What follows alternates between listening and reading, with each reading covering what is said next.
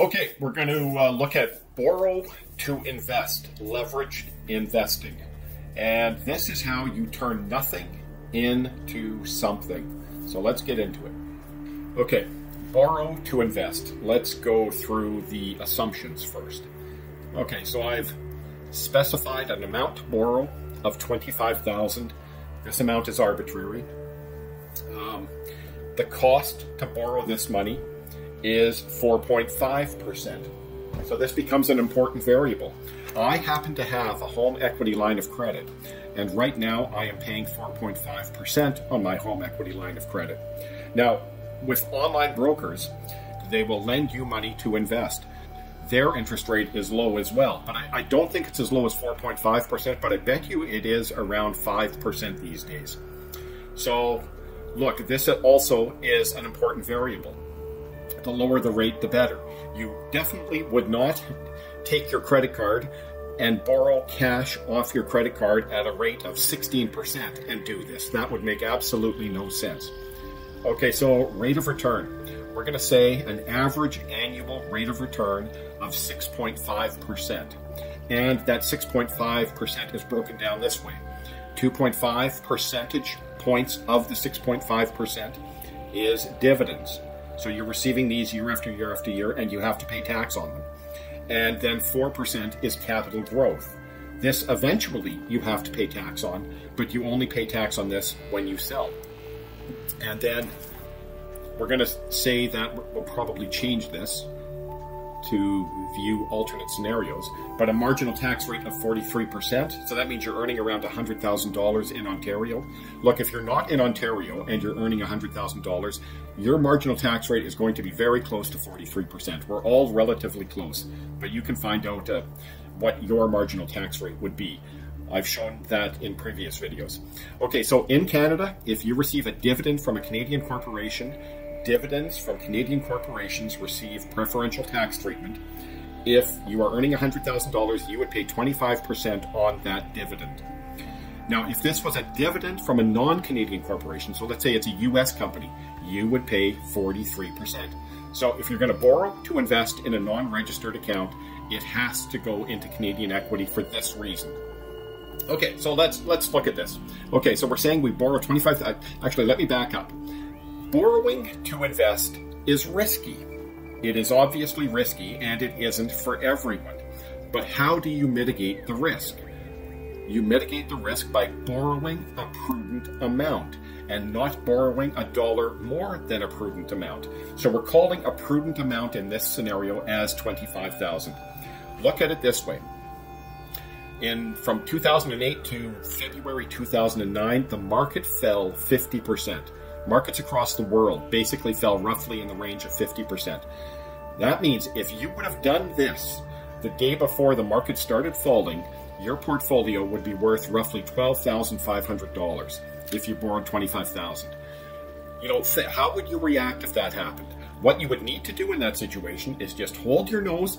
I know it stinks, but you just wait it out. And if you can do that without panicking, then that is a decent indication of what your risk tolerance is. So that's one way of looking at how do you consider a prudent amount. And a second way to consider a prudent amount is at this amount of money borrowed and at this interest, here's what we're paying every year in interest costs. So this is affecting our cash flow. How is cash flow affected? You're paying $1,125. However, borrowing to invest, the interest is tax deductible, so your after-tax interest cost is $641. This is the amount that affects your cash flow. Your cash flow is $641 less per year because you're borrowing $25,000 at an interest rate of 4.5%. Now, of course, the interest rate can change. If the interest rate starts going up, the less attractive this becomes. And maybe the interest rate goes up enough that you say, to heck with it. I'm going to sell everything in my portfolio. I'm going to pay down the debt, and that's it with that. I will say this as well. This is for the long term. You borrow to invest, you put it into the portfolio, you watch it, but you do nothing for 25 years. You are hoping to grow wealth over the long term. Okay, so let's go through this. So $25,000, we get a dividend.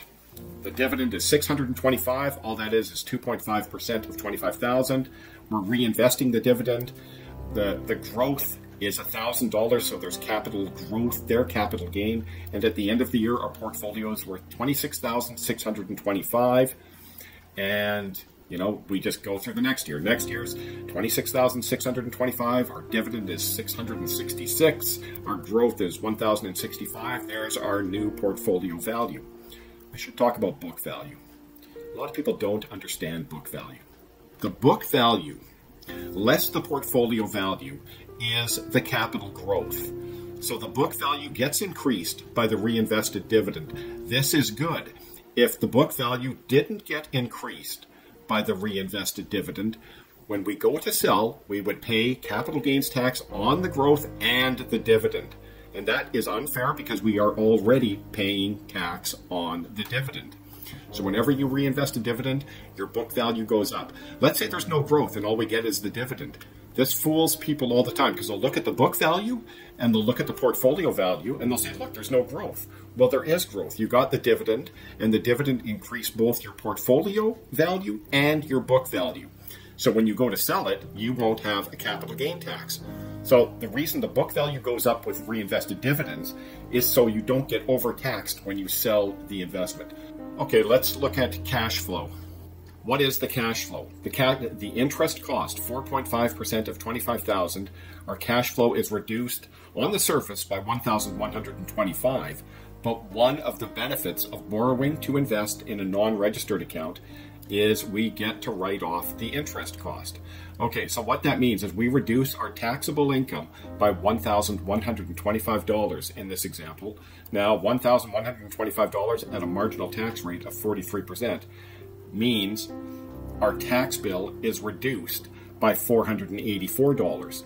So our actual reduction in cash flow is $641. So the cost to borrowing this to us, the cost to finance this, is a reduced cash flow of $641 per year.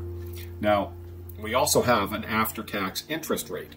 So we're really not paying 4.5%. We are really paying 2.57%. Now, this becomes relevant. Ultimately, if the after-tax rate of return is higher than the after-tax interest cost, 2.57% in this example, we are turning nothing into something. And there's the tax on the dividends. So we pay that. That's affecting cash flow as well. So every year, our tax bill is $156. Well, our tax bill in year one is $156 higher than it would be if we didn't get a dividend. Okay, so we do that for 25 years. Let's have a look. There's the portfolio value, 120. There's the reinvested dividends. We've gotten $36,805 of reinvested dividends. We've paid tax on that. There's the amount we've paid in interest. There's the tax reduction because of the amount we've paid in interest. And there's the after-tax interest cost. There's the amount of tax we've paid on dividends. So let's look at the economic value of this. So we have a portfolio worth $120,000. We have paid $16,031 in interest. We have paid $9,200 in tax on the dividend, and we borrowed $25,000. So we've turned nothing into $70,460. That is the beauty of borrowing to invest. We've turned nothing into $70,000 over 25 years. Now, we still owe tax, though, because we haven't sold it. So let's look at this. Here's our capital gain. Portfolio value, 120. We borrowed 25,000. We've paid tax on 36,805. And we have a capital gain of 58,888. Because capital gains receive preferential tax treatment, only half of that gets brought into income. So we have a taxable capital gain of 29,444. So if we sold the whole thing in one tax year, we would boost our taxable income by $29,444. and then we would pay tax on that. If we're still in the same 43% marginal tax bracket, by boosting our income by $29,000, well, what's 40% of 30,000 is 12,000. We're boosting our tax bill by 12,000 if we sold the whole portfolio in one tax year. Now, I've talked about this before. This is the nice thing about capital gains, is you can choose how to trigger them. Now, the example I use is, let's say the doctor comes in and he sits you down and he says, hey, I've got bad news. You will die 3 years from now. Not 2 years from now, not 4 years from now. You will die 3 years from now. If you had this account with this taxable capital gain, you would say, okay, well, I'm going to manage my capital gains. I'm not going to sell all 120,000 in 1 year. I'm going to sell roughly 40,000 a year for the next 3 years. And then you would reduce your taxable capital gain a little bit. Because we live in a progressive tax environment, you don't want to be boosting your taxable income too much in any 1 year, because you just move into higher and higher tax brackets. So that's why I leave this blank. So we've got 70,460, but we still have to pay tax on it. But it depends how we manage the sale of the investment, of the portfolio. So that's kind of it. That's the benefit of borrowing to invest. You turn nothing into something. Now I want to look at this, the tax-free savings account. So this is likely for somebody who has an RSP that's full, or they're retired and they can't contribute to an RSP anymore. They have a tax-free savings account, but it is likely full as well. Now they still want to invest. They're thinking about borrowing to invest. They want to increase their net worth to pass off to the next generation. So they're borrowing to invest. They don't need the cash flow. They have excess cash flow, so they're going to turn it into an investment. Okay, now let's compare that to the tax-free savings. Here's the difference. 25,000. There's the reinvested dividend. There's the growth.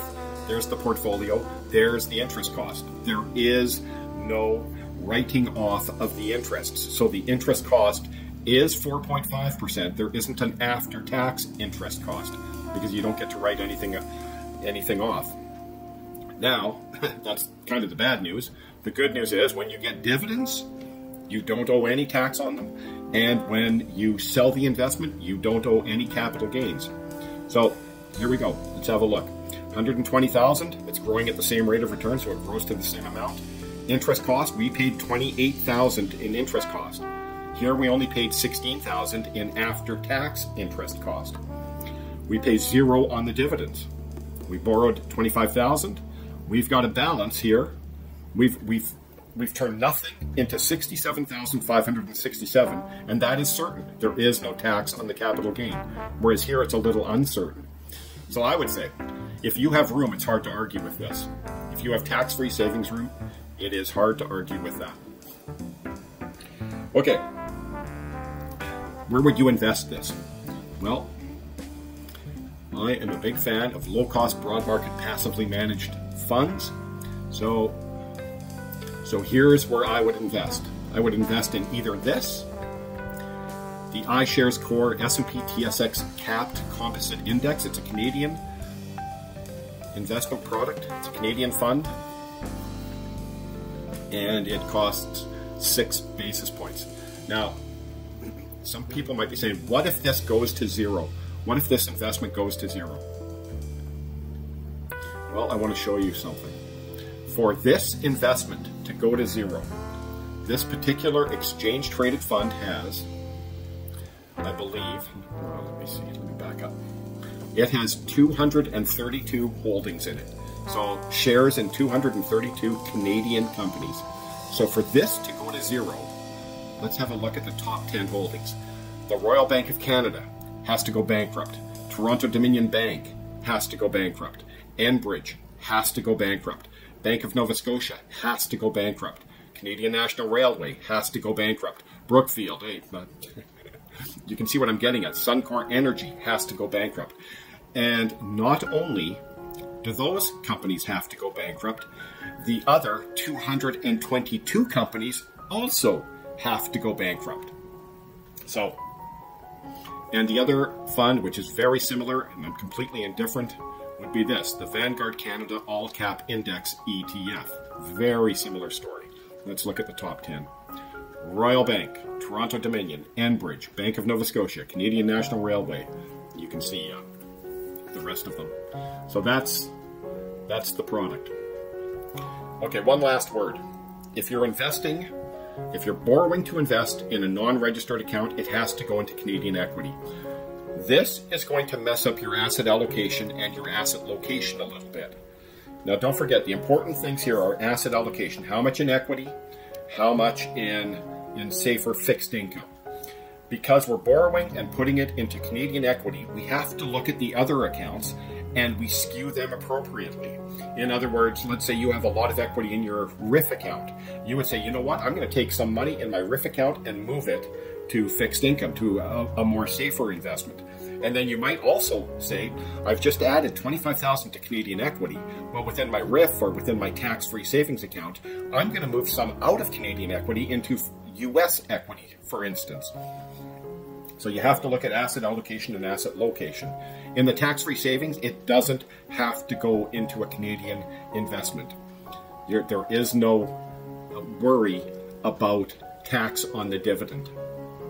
You don't have to worry about the dividend tax rate. Okay, so let's have a look at a few other things. Let's look how if we change these things, if we change marginal tax rate, the dividend tax rate also changes. So let's say our taxable income is $50,000. So that means our marginal tax rate is roughly 20%. And if that's the case, then we pay roughly only 7% on dividends. So let's change that to 7 and see how it changes. And it actually doesn't change much. It's funny. Our after-tax interest cost goes up because we are getting less of a tax reduction on our interest cost. You know, this is 1125. We get 20% as a tax reduction. So it's down to 2.25, or sorry, it's down to 225. So if we look at our after-tax interest cost, it was $16,000 at 43%. At 20%, it's $22,500. We get less of a tax break. So borrowing to invest here, the first thing to note is that the higher your marginal tax rate, the greater the benefit of writing off the interest. You know, for instance, if I pay no tax, there's nothing to write off. I don't get any benefit